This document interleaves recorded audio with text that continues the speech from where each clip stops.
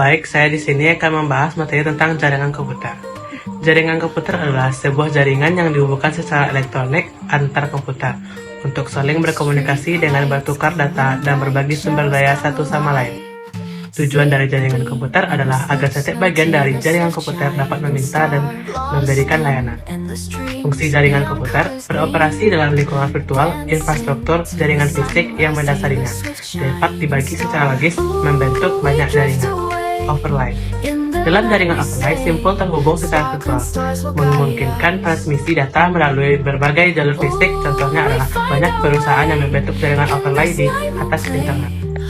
Adapun jaringan komputer yaitu 1. Sharing resource, media komunikasi, integrasi data, keamanan data, akses informasi terkini. Selanjutnya, topologi jaringan. 1. Topologi BOS. Semua perangkat terhubung ke satu kabel utama. Kelebihan, biaya rendah dan mudah diimplementasikan.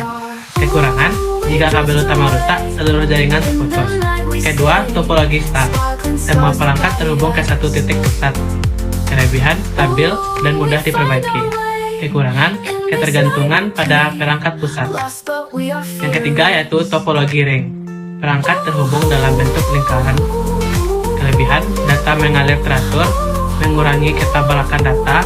Kekurangan, kerusakan pada satu perangkat dapat memengaruhi seluruh jaringan. Keempat yaitu topologi mesh. Setiap perangkat terhubung dengan perangkat lainnya, menciptakan jalur alternatif untuk data. Kelebihan, sangat handal dan aman. Kekurangan, biaya instalasi tinggi dan rumit. Kelima yaitu topologi tree. Kombinasi dari topologi star dan BOS membentuk struktur hierarkis. Kelebihan, mudah dikembangkan dan dikelola. Kekurangan, jika titik pusat bermasalah, dampaknya luas. Keenam yaitu topologi hybrid. Kombinasi dari beberapa topologi berbeda. Kelebihan, fleksibel dan mudah diperluas. Kekurangan, biaya tinggi dan kompleksitas dalam manajemen. Baik, materi selanjutnya itu jaringan komputer berdasarkan jenis transmisi. 1. Jaringan komputer berkabel. Jaringan berkabel atau wired network merujuk pada jenis jaringan yang menggunakan kabel sebagai media transmisi. Kabel tersebut digunakan untuk menghubungkan komputer satu dengan yang lain, memungkinkan pertukaran data dan koneksi ke internet. Yang kedua yaitu jaringan komputer nirkabel. Wireless network atau jaringan nirkabel berbeda dengan jaringan berkabel karena tidak menggunakan kabel sebagai media transmisi, melainkan mengandalkan gelombang elektromagnetik. Fungsi utama jaringan nirkabel mencakup penggantian kabel jaringan, menghubungkan perangkat jaringan, dan menyediakan akses ke jaringan internet. Baik, di sini saya akan menjelaskan jenis-jenis jaringan. Yang pertama yaitu komputer PAN, Personal Area Network. Bisa lihat di gambar di atas, jenis jaringan ini mencakup wilayah yang lebih kecil, misalnya saja pada kantor dan rumah. Biasanya banyak digunakan hanya untuk keperluan internet serta printer. Yang kedua yaitu LAN, Local Area Network.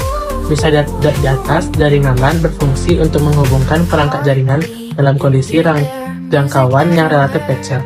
Contoh penerapan jaringan LAN yaitu sistem jaringan pada sekolah, kantor maupun rumah. Banyak orang yang cenderung menggunakan konektivitas tertentu, terutama pada token ring dan internet.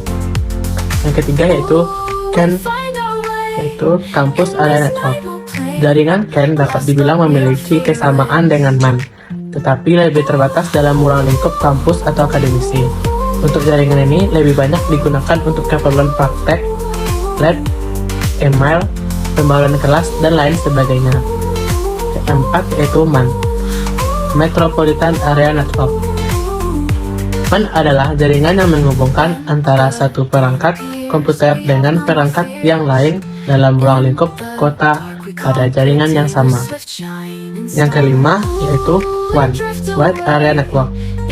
WAN merupakan kumpulan dari LAN yang tersebar secara geografis. Jaringan WAN cenderung untuk menggunakan teknologi seperti FPM X25 serta frame relay untuk konektivitas jarak yang lebih jauh lagi. Yang keenam yaitu Internet. Internet adalah jaringan komputer terbesar yang pernah diciptakan oleh manusia. Ruang lingkup dari internet mencakup hampir seluruh penjuru dunia. Ketujuh yaitu VPN, Virtual Private Network. VPN merupakan salah satu solusi untuk menyediakan koneksi internet yang lebih aman. VPN dapat membuat jalur aman untuk kebutuhan transmisi data. Kedelapan yaitu jaringan cloud. Jaringan cloud merupakan menyerupai WAN dengan infrastruktur yang disediakan melalui layanan berbasis cloud. Semua atau sebagian besar kemampuan dan sumber daya jaringan organisasi di host dalam platform cloud, baik itu cloud publik atau private, dan dapat diakses sesuai kebutuhan. Sumber daya jaringan ini mencakup router, virtual, firewall, bandwidth, serta perangkat lunak manajemen jaringan, beserta alat dan fungsi lain yang diperlukan. Nah, selanjutnya saya akan membacakan macam-macam perangkat jaringan komputer. Yang pertama itu server, berfungsi sebagai tempat atau media untuk menyimpan informasi serta mengelola jaringan komputer. Kedua, kabel merupakan media untuk menghubungkan satu perangkat dengan perangkat yang lain. Yang ketiga, switch, merupakan perangkat jaringan komputer yang berfungsi untuk menghubungkan beberapa komputer. Yang keempat, router, adalah perangkat Jacom yang berfungsi untuk menghubungkan jaringan LAN ke dalam suatu jaringan WAN. Yang kelima itu bridge, adalah sebuah piranti yang digunakan untuk meneruskan lalu lintas antara segmen jaringan berdasarkan informasi pada sebuah data link. Yang keenam, modem, merupakan perangkat yang digunakan untuk menghubungkan antara perangkat komputer dengan penyediaan layanan internet, atau disebut juga dengan Internet Service Provider. Yang ketujuh yaitu repeater, adalah suatu perangkat yang berfungsi untuk memperkuat dan meregenerasi jaringan dan sinyal yang masuk. Yang kedelapan, wireless card, merupakan perangkat yang wajib digunakan apabila Anda ingin terhubung dalam jaringan kabel. Materi terakhir yaitu packet switching, adalah metode pengiriman data dalam jaringan yang membagi informasi menjadi paket-paket kecil. Keuntungannya termasuk efisiensi, bandwidth, dan keandalan karena paket dapat dialihkan jika jalur terganggu. Bentuk aplikasi termasuk telepon dan radio. Transmisi digital sebaliknya, transmisi digital mengirimkan data sebagai bit 0 dan 1 menawarkan kecepatan lebih tinggi dan ketahanan terhadap gangguan. Ini melibatkan proses modulasi untuk mengubah sinyal digital menjadi analog saat diperlukan jenis-jenis transmisi digital, termasuk seri, paralel, dan optik. Selanjutnya itu model OSI, Open System Interconnection, adalah kerangka konseptual yang terdiri dari 7 lapisan. Dikembangkan oleh ISO pada tahun 1977 untuk memfasilitasi komunikasi antar sistem yang berbeda. Berikut adalah tujuan lapisan OSI beserta fungsinya. Pertama yaitu application layer, interaksi pengguna dengan aplikasi, contoh HTTP, SMTP. Yang kedua yaitu presentation layer, mengonversi format data dan menyediakan enkripsi. Yang ketiga yaitu session layer, mengelola sesi komunikasi.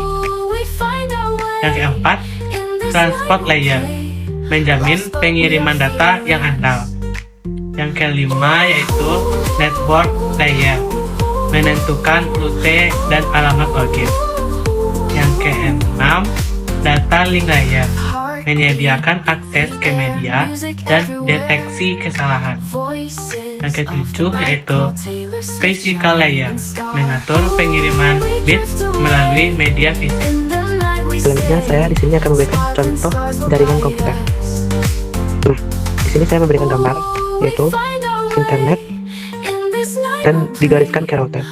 Nah, garis tersebut adalah kabel. Kabel merupakan media untuk menghubungkan satu perangkat dengan perangkat yang lain. Nah, kabel tersebut menghubungkan ke router. Router sendiri adalah perangkat Jacom yang berfungsi untuk menghubungkan jaringan LAN ke dalam suatu jaringan WAN, serta mengelola lalu lintas dari data di dalamnya. Nah, router sendiri menyambungkan dua kabel, yaitu ke komputer, klien, dan juga bridge. Nah, bridge tersebut adalah sebuah piranti yang digunakan untuk meneruskan lalu lintas antara segmen jaringan berdasarkan informasi pada sebuah link. Nah, dikarenakan bridge menjadi sebuah lalu lintas dia juga menghubungkan ke hub. Nah, hub sendiri merupakan perangkat jaringan komputer yang berfungsi untuk menghubungkan beberapa komputer. Hub tersendiri menyalurkan kabel menjadi 3 cabang, yaitu 2 kabel untuk klien atau komputer dan 1 untuk server. Nah, server sendiri berfungsi sebagai tempat atau media untuk menyimpan informasi serta mengelola jaringan komputer. Nah, kita lanjut lagi ke bridge yang menghubungkan ke komputer. Nah, dia tidak hanya menghubungkan komputer, dia juga menghubungkan ke printer dan juga repeater. Repeater sendiri adalah suatu perangkat yang berfungsi untuk memperkuat dan meregenerasi jaringan dan sinyal yang masuk. Nah, jadi fungsi dari repeater ini sendiri adalah meregenerasi jaringan dan sinyal yang masuk ke jaringan komputer. Nah, dapat kita lihat di sana transmission media. Nah, transmission media adalah media yang menghubungkan antara pengirim dan penerima informasi data. Nah, media transmisi digunakan pada beberapa peralatan elektronik untuk menghubungkan antara pengirim dan penerima supaya dapat melakukan pertukaran data.